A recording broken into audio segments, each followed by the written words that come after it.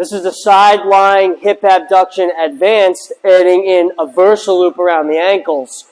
So same position as the isometric hold, keeping the pelvis on the side without extending the back. We're going to raise up against the band and then try to hold against the resistance.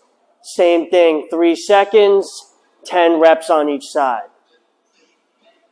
This is supine hip flexion, dorsiflexion, lying on the back with a versa loop around the feet. What we're going to do is pull one hip and the foot up against the band. As we do that, we want to make sure we're drawing the torso in so there's no extension and flaring of the rib cage, that we're drawn in, pelvis is stable, and then we're going to return back down. Making sure that we're keeping that foot pulled up against the band. Little pause at the top, and then we're going to switch to the other side.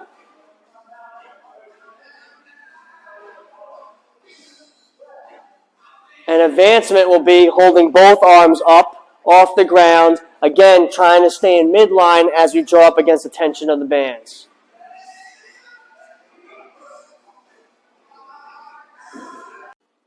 This is the reverse lunge valgus band correction. So moving back into a reverse lunge position, the lead knee will have a band around the top of the knee, trying to pull it inwards. As we would go stepping into the reverse lunge, we're preventing the front knee from collapsing in, keeping the hips level and the torso straight.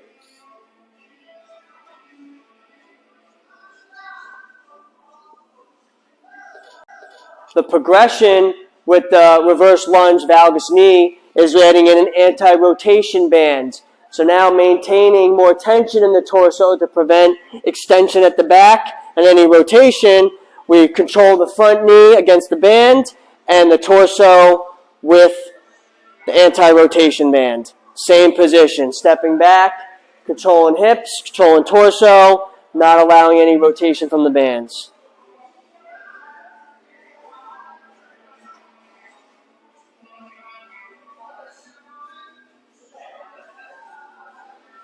This is the CLX technique for correcting the single leg RDL, also called the spiral technique. Using a CLX band, we're going to loop the top band up and over the top of the thigh. We're going to go up as high as we can, up into the groin area.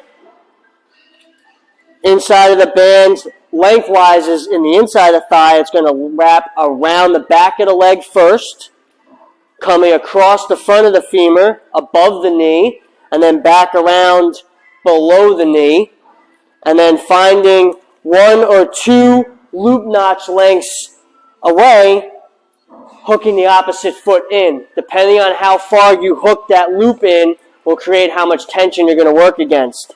Now in that position, you're going to kick the right leg behind and trying to stabilize on the stance leg. The band is trying to pull the leg inwards and you're trying to fight against it to keep the hips level and prevent the back from arching.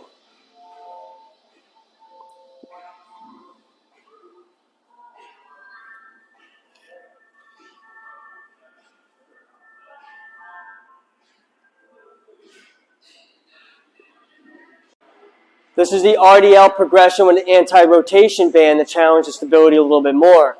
So moving into the single leg RDL position, as we go down, making sure we're stable at that position. There's no extension of the back or rotation of the torso.